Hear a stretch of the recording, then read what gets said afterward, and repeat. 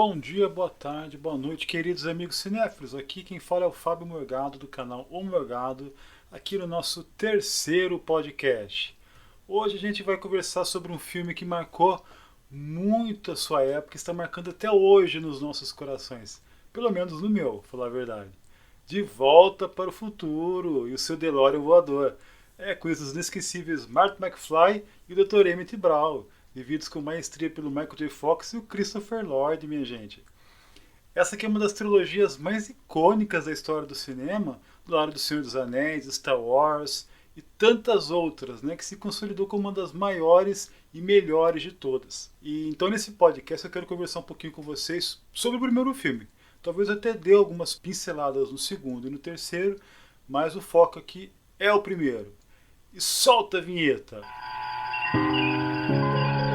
O Morgado Podcast. Audaciosamente indo aonde nenhum nerd jamais esteve.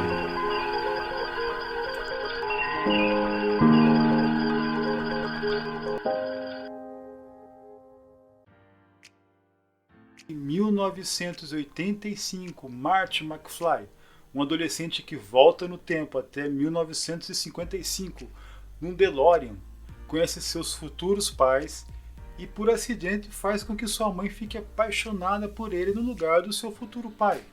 Agora ele precisa consertar esse estrago na história, fazendo com que seus pais se apaixonem novamente, para que ele não seja apagado da história. E depois, com a ajuda do Dr. Emmett Brown, ele precisa encontrar um jeito de voltar para o seu tempo, para 1985. E temos aí a premissa do nosso De Volta para o Futuro. Foi o Bob Gale, né, o produtor, que teve a ideia para De Volta para o Futuro. Ele, numa visita, né, na casa dos seus pais, revirando o porão da casa deles lá, ele encontrou o anuário, né, da época do colégio do seu pai.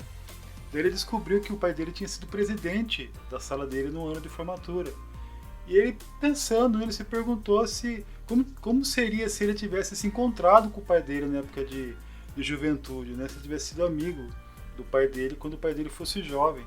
Ele se encontrou, né, com um amigo dele, com o Robert Zemeckis, e colocou essa ideia para ele. E o Zemeckis encaixou ali junto também sobre também uma mãe afirmando a vida inteira que nunca tinha beijado o menino na época da escola, mas quando volta no tempo ele vê que a realidade não era nada daquilo. Na verdade ele era uma tremenda promíscua e, como a gente diz aqui, pelo menos entre nós aqui, como a gente falava antigamente, era uma vassourinha, varreu todas, namorou todas e, entre aspas, aprontou todas. E com essa premissa, com essa ideia inicial, eles começaram a desenvolver o roteiro e levaram esse projeto, né, primeiramente lá para a Columbia Pictures. E fizeram um acordo de desenvolvimento com eles, né, para um roteiro que começou em setembro de 80. E o Robert Zemeckis, né, o Bob Gale, eles colocaram a história na data de 55, porque ele fazendo os cálculos, eles imaginaram que, pela matemática, um jovem de 17 anos, lá na data de 85, viajando no tempo, para encontrar os pais na faixa de idade deles, teria que ser para a época de 55. No roteiro original, como sempre tem umas coisas vão se peneirando, as coisas vão se acertando, a máquina no tempo ia ser um refrigerador e ela ia usar uma energia, uma explosão nuclear na área de testes de Nevada, né, para ele conseguir voltar para sua época. Só que o Zemeckis, ele ficou com medo, né, das crianças ver aquilo e começar a querer imitar o que via no filme e se trancar dentro dos refrigeradores, né, e dar problema. Já pensou a criançada se trancando aí dentro da geladeira? Não ia ser uma coisa muito legal, né? Ainda mais influenciado pelo filme, ia ficar ruim para eles, né? Então, e outra coisa também é que essa ideia ia ficar muito caro no final das contas, né? E abrindo um parênteses aqui, no quarto filme do Indiana Jones, né, que tem aquela cena lá que ele fugindo ali dos russos, ele entra, né, numa zona ali de teste de nuclear, ele se tranca numa geladeira. E foi reaproveitando essa ideia que o Steven Spielberg colocou. Né? Ele reciclou essa ideia e colocou lá no Indiana Jones. Né? Não usaram aqui, mas acabaram usando lá. Não ficaram mais com medo das crianças se trancarem na geladeira. Depois, mais tarde, né, usar o DeLorean como máquina do tempo, foi uma ideia que veio por causa do desenho dele, né, que acho que ficaria uma coisa assim mais crível, mais prática de fazer. né, e se encaixaria melhor na piada que ele faz ali com os fazendeiros, né, o DeLorean sendo lá para a época, né, lá para o passado, parecia um disco voador e o Marty saindo lá do carro com aquela roupa de proteção contra a radiação e parecendo ser um alienígena, né? Então daria para fazer uma brincadeira, uma tirada mais legal usando o DeLorean. Então, além de ser mais barato, se encaixa melhor, né, para eles estarem usando no filme. No começo estava bem complicado para eles tornarem incrível, né, a amizade, né, entre o Marty, né, que é um jovem, um adolescente no caso, né, e o Dr. Brown, né, que, poxa, é praticamente um idoso. Não tem assim muita afinidade, os dois não teriam afinidades, né? Então eles, para dar uma desculpa, eles criam, né, aquele amplificador de som gigante que tem na casa do Doc lá, né? Como o Martin é um apaixonado por música, ele quer ser músico, então eles criam essa desculpa para ele ter o desejo de ir na casa dele para estar usando o amplificador. Então é só uma desculpinha que eles dão ali, né? Uma outra coisa interessante também foi para a questão de resolver do complexo de Édipo, né, gerado, né, com a Lorraine, né, a mãe do Martin, né? Eles pegam e tem uma fala que eles colocam, né, quando ela avança para cima dele, do coitado dele, quando ele está no carro. Se alguém não assistiu aqui o filme, spoiler alert, tá bom? Mas tem um momento lá que ela avança para beijar ele e ela fala assim: nossa, mas que estranho, é como se eu estivesse beijando meu irmão. Então eles usam isso aí para dar um senso de estranheza no filme, né? Eles aproveitaram, né, o nome de um executivo da Universal, o Ned Tannen, para colocar no nome do Biff, como sobrenome do Biff, Biff Tannen, porque parece que ele foi meio grosso ali com os Emmys e com o Gale, então eles usaram o sobrenome dele, né, para nomear o vilão né, do De Volta para o Futuro, o Biff Tannen, né, que é o Ned Tannen, né, que esse executivo, eles usaram o sobrenome dele para colocar nesse personagem, né, que é o vilão. O primeiro rascunho do filme saiu em fevereiro de 81. Columbia, ela viu, ela achou que o filme era muito bom, mas ele era muito fofinho, muito emotivo, ele não tinha muita pegada dos filmes adolescentes da época, né? Não sei quem que foi adolescente, jovem, né, naquela época, mas os filmes que estavam em voga naquela época eram Porcs, Picardias Estudantis, um outro que eu me lembro aqui também era O Último Americano Virgem, né, que era assim, um filme assim, bem nada leve, sabe? Tinha um apelo sexual bem assim, bem pesadinho.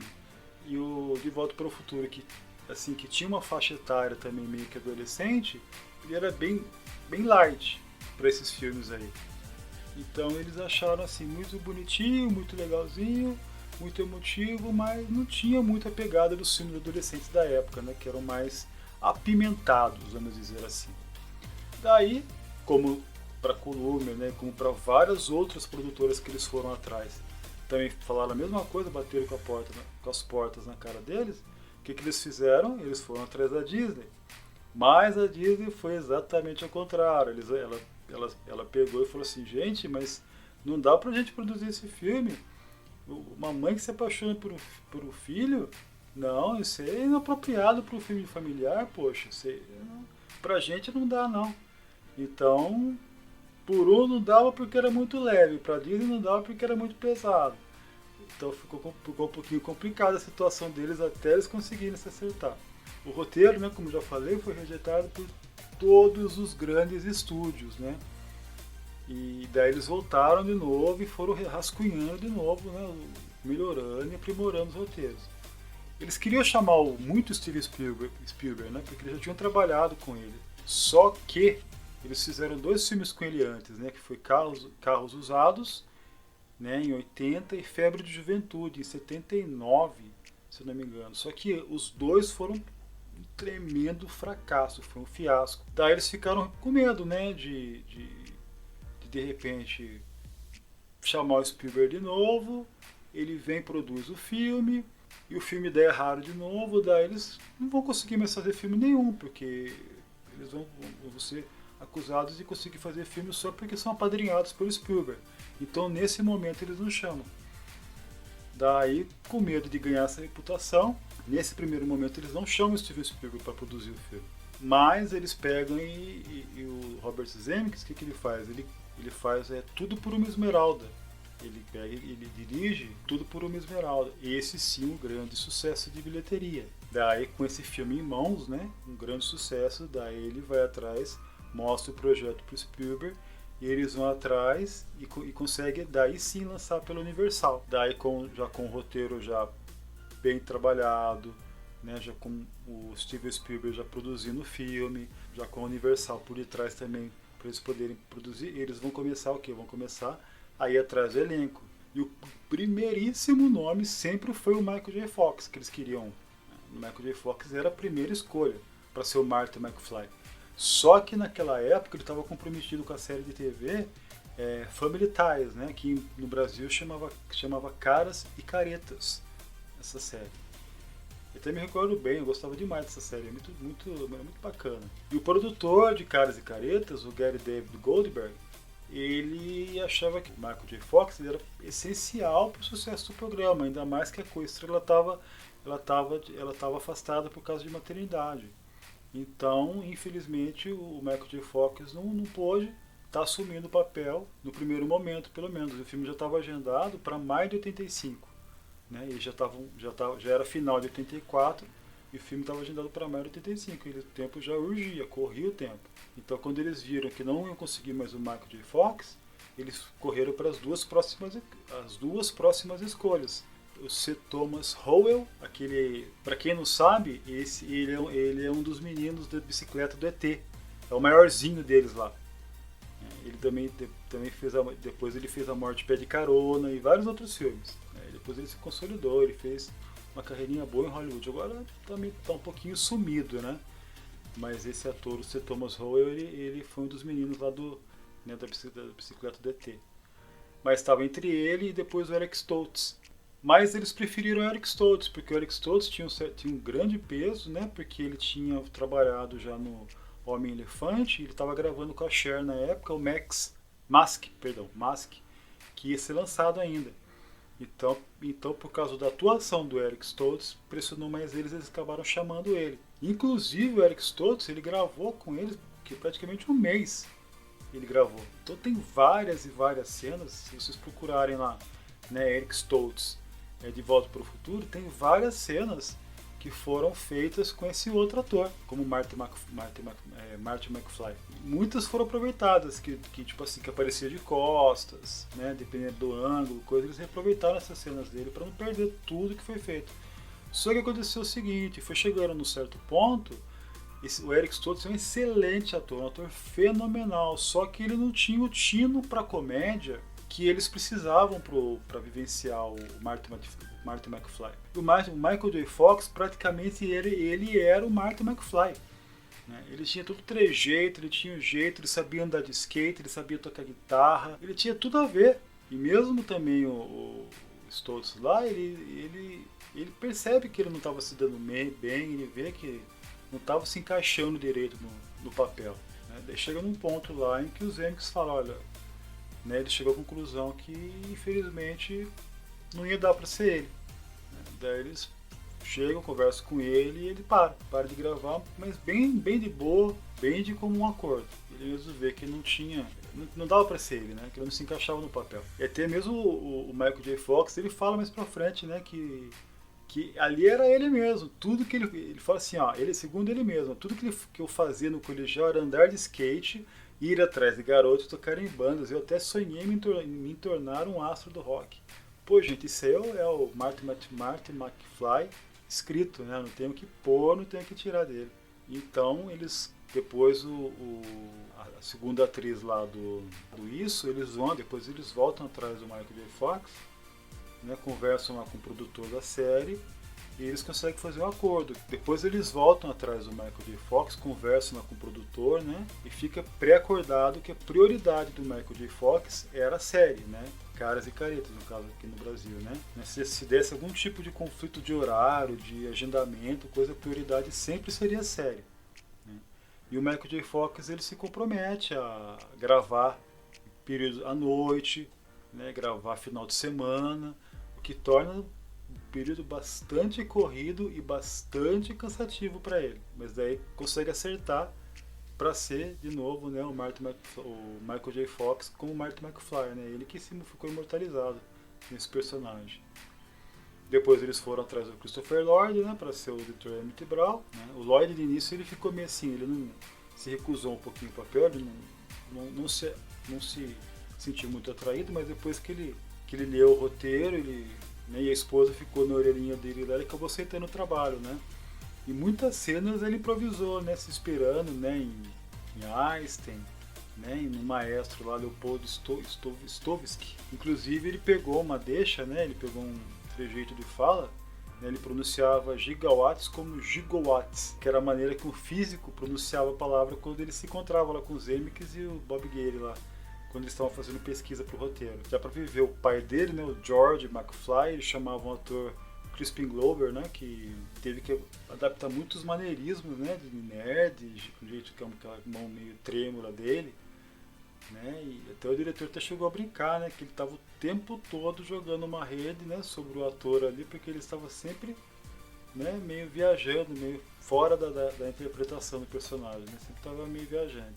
Acho que como personagem mesmo, né. Mas uma coisa assim um pouco, acho que chata que aconteceu foi que ele não se entendeu, né, para as continuações, né, com a produção, questão de valores, né, ele não ficou muito feliz, né, com os valores que queriam pagar para ele, então ele acabou não aceitando, né, continuar os papéis, né, o papel dele no segundo e no terceiro filme, né, como George McFly, e como colocaram um ator para interpretar ele, né, ele acabou processando a produção, né, e acabou ganhando, que gerou um precedente, né? Então gerou um precedente que ele ganhou esse processo, né, contra a produção, gerou um certo estranhamento, né, um certo desacordo. Né? Ali a Thompson, no caso, né, ela foi escalada como Lorraine Baines, né, McFly, né, e ela tinha atuado já com Stoltz, né, com o primeiro ator que interpretou o Michael J. Fox lá em um filme chamado Vida Selvagem, de 84.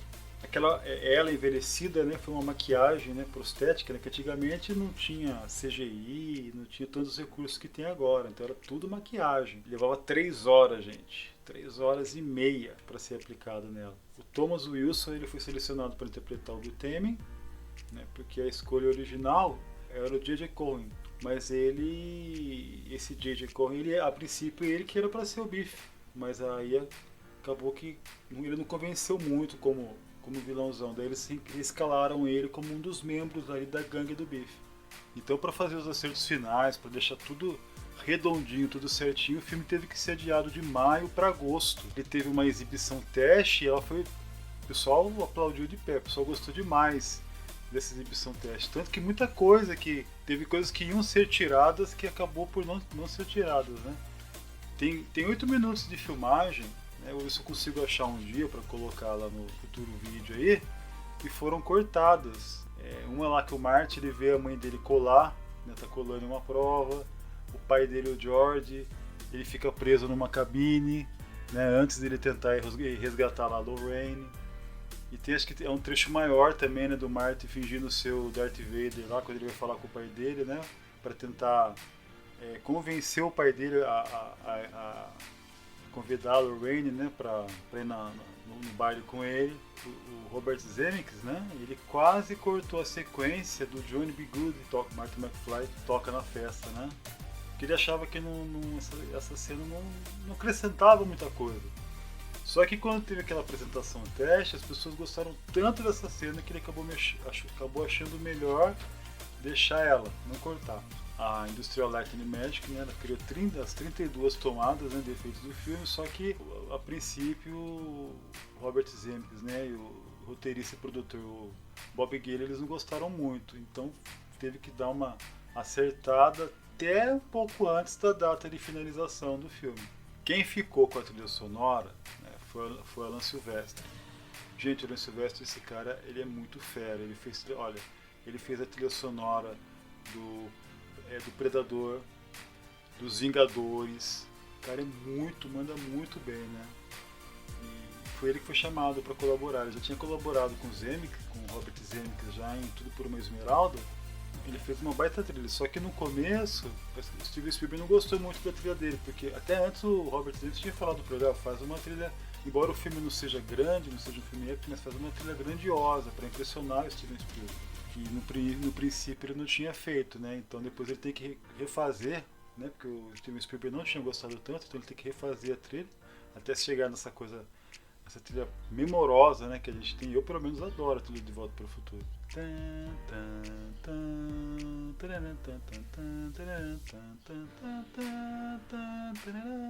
E sim, daí o Steven Spielberg se impressionou. E eles chamaram, né, para fazer a trilha pop, né, a trilha cantada, né, o Julius and the News, para que eles fizessem a canção tema, né, e daí eles fizeram como canção tema de Power of Love, que é um baita sucesso, né? Até hoje, só que marcou a época, né? E quem escuta hoje, uma das músicas que marcou o filme os anos 80 como um todo. O estúdio adorou, só que com uma ressalva, porque a música em nenhum momento ela se posiciona, ela dá a entender que ela tem alguma ligação com o filme. Daí o que eles fizeram? Eles colocaram lá, né, fizeram um adendo lá com a música, né, mandando para as rádios, para que sempre que fosse tocado, que tocasse a música, que fizesse algum comentário que era do De Volta para o Futuro, para ficar marcado para as pessoas, né? Entre essas algumas outras músicas que eles fizeram para o filme também tem a outra, Back in Time. E essa Back in Time, sim, ela conta praticamente a história do filme, né? Daí essa faixa ela é tocada depois que o Marty volta em 55, né? Ele volta do tempo, daí toca essa outra faixa. E uma curiosidade, de repente, para quem não sabe, o Hugh Lewis, né, que ele é o vocalista, ele faz uma pontinha no filme. Sabe aquele professor que lá no começo do filme, quando o Marty vai se apresentar, ele vai fazer um teste, uma apresentação na escola lá, ele com a banda dele se apresentar e pega lá tem um corpo de jurados lá bem burradão mesmo, né? Bem senhorzinhos, bem crica. Ele começa a tocar empolgadão lá com a banda dele, daqui a pouco ele pega e corta eles e fala pra eles que é muita barulheira, que a música deles é muito barulhenta, eu não tenho nada a ver. Corta, joga um baldão de água fria neles. Então, gente, esse professor que fala é o Hugh Lewis. É justamente que faz né, que é o vocalista da banda, né, que faz o tema do De Volta para o Futuro. O filme foi lançado em 3 de julho de 85, né? E apesar da preocupação do diretor, né, do Robert Zemeckis, de ser um fracasso, o filme foi um grandíssimo sucesso, né? Ele ficou em número 1 nas bilheterias mais de 11 semanas. O filme chegou a arrecadar mais de 210 milhões lá nos Estados Unidos e 170 milhões e 500 mil dólares em outros países, acumulando um total de 381 milhões de dólares. Ele teve o quarto melhor fim de semana de estreia de 85. E eu falei um pouquinho aqui da parte técnica, né, das curiosidades do De Volta para o Futuro. Agora eu vou colocar um pouco da minha história pessoal, né, com esse filme, né? Eu que tenho até recentemente eu mandei fazer uma caneca aqui personalizada com os filmes que mais o marcaram e o De Volta para o Futuro tá neles, né? Uma curiosidade, assisti esse filme primeiro na casa do meu tio, numa fita VHS, bem no ano em que ele foi lançado, pelo menos aqui no Brasil. Eu assisti numa fita VHS piratona. Depois eu descobri que eu lembro que estava passando no cinema, né? Eu não tinha assistido no cinema, eu tinha assistido em vídeo. Eu fiquei tão encantado com o filme, gente, tão encantado que eu lembro que eu assisti no foi assim, acho que foi cedo para tarde, que no mesmo dia eu fiz questão de assistir no cinema. E eu fiquei apaixonado por De Volta para o Futuro. Todo aquele clima, o skate, ele voltando do tempo no DeLorean, né, o Doc, a data lá de 55, né, aquela diferença, né, aquela disparidade, né, que a gente que viveu, que é daquela época dos anos 80, que pegou aquilo, né, que era a nossa época, embora tinha muita diferença, né, cultural, né, dos Estados Unidos para cá, e era, acho que até bem maior do que é hoje, né, porque a gente tem muito mais, apesar de uma condição, né, social, financeira, né, que não é igual, mas assim, a gente tem muito mais acesso do que na época. Na época era tudo muito mais caro, tudo muito mais difícil. Mas assim, era a época da gente, né?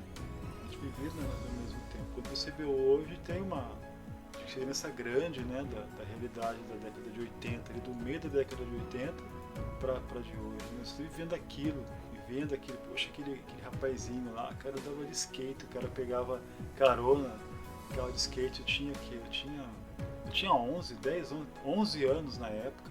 Então, nossa, você ficava encantado, você queria, eu era desajeitadão, eu era gordão, putz, eu queria, acho que como todo menino na época ficou encantado, teve uma skate mania. Você queria aprender a andar de skate, ele com Walkman, aquela trilha maravilhosa do Alan Silvestre, aquele misto de ficção científica, eu sempre adorei também, né? Com comédia, com aventura, com ação. Então, nossa, foi um filme que, poxa, me encantou demais, né? Me encantou e me encanta até hoje. Então, tanto que eu reassisti, né, antes de gravar esse podcast e eu falei assim, esse filme é muito bom, é muito legal. Não tem jeito, ele é muito legal mesmo. As piadas funcionam, os diálogos são muito bons, o roteiro é muito bem amarrado. Acho que são dos filmes que realmente que são aqueles filmes que vêm e marcam a história do cinema mesmo, né? Então assim, foi um filme que realmente, né, foi muito marcante pra mim e até hoje, né? Tem um carinho todo especial por ele. Quando termina, né? Não, disse que não era uma deixa para o segundo filme, mas pra gente fica uma deixa para o segundo filme, né? Porque quando ele tá, poxa, né, tinha acabado a aventura dele, que ele vai curtir o carro dele, que é assim, porque ele volta para, né, para todas as pessoas, né, quando ele volta pro tempo dele, aquela já era a realidade, a família dele tá tudo legalzinho, tudo bem, né, o pai é um escritor de sucesso, a mãe tem uma outra vibe, os irmãos eles têm uma empresa, pô, ele tem a caminhonete que antes era um sonho quase que inatingível para ele, não, ele fala, né, agora é a caminhonete dele, né, e ele tá assim, poxa, tá se realizando. Só que ele não pode nem usufruir isso, ele vai, né, usufruir que ele vai, né, tá pra ter aquele acampamento com a Jennifer, volta o Doc com a máquina do tempo, com uma roupa toda espalhafatosa, porque o tempo que eles preveem lá é um futuro que eles preveem, é um futuro muito psicodélico, muito caricato, exagerado, né? Então ele tá com aquela roupa toda espalhafatosa, parece uma roupa de carnaval, falar bem a verdade. Não deixa, quando ele traz ele, puxa ele, né? E aí a Jennifer já para um segundo filme, uma segunda aventura. Você fala assim, nossa, mal saiu de uma, já vai entrar em outra. Você fica querendo, né? Fica ansioso. E gente, eu me lembro, fazendo um gancho aqui, eu me lembro que quando eu tava para sair o segundo filme, mas cara, eu fiquei muito ansioso quando eu tava para sair o segundo filme. Mas muito ansioso, não é como hoje que a gente tem, né, a internet, que tem trailer, que tem notícia toda hora. Eu lembro que eu acho que eu vi numa revista, né, mostrando o DeLorean, assim, todo um cartaz bonito assim, do DeLorean. Ele já tá atrás assim, com código de barras, né, a placa dele era um código de barras, e ele já todo estilosão, com aquela pegando fogo assim, né, aquele caminho de fogo assim atrás dele. Nossa, muito. E eu fiquei muito ansioso, gente, muito ansioso mesmo. Muito, não vi a hora de assistir o filme. Infelizmente, a minha experiência com o segundo não foi tão boa, foi muito decepcionante. Eu filme para vocês, foi bastante decepcionante. Eu lembro quando eu fui assistir, eu não desgostei, mas eu não foi o que eu esperava. Eu achei tudo muito perdido. Tem muita gente que gosta, até mais do que o segundo filme. Mas pra mim eu achei muito perdido, muito corrido, muito bagunçado. O futuro lá é um futuro, como eu já falei, um futuro. Mesmo na época, o filme saiu em 89, o segundo, e em 90, o terceiro, né? Acho que foi isso mesmo. Mesmo na época, eu achei assim. Um futuro muito louco, muito exagerado, muito forçado. Daí ele volta de novo pra 1955. E é ele na primeira vez, com ele na segunda vez, não podendo se esbarrar da primeira vez. Ah, pra mim não rodou não, achei muito bagunçado, muito. Não gostei. O terceiro, daí depois. Eu sei que muita gente gosta, né? Tem um amigo meu que falou pra mim, né, que gosta demais.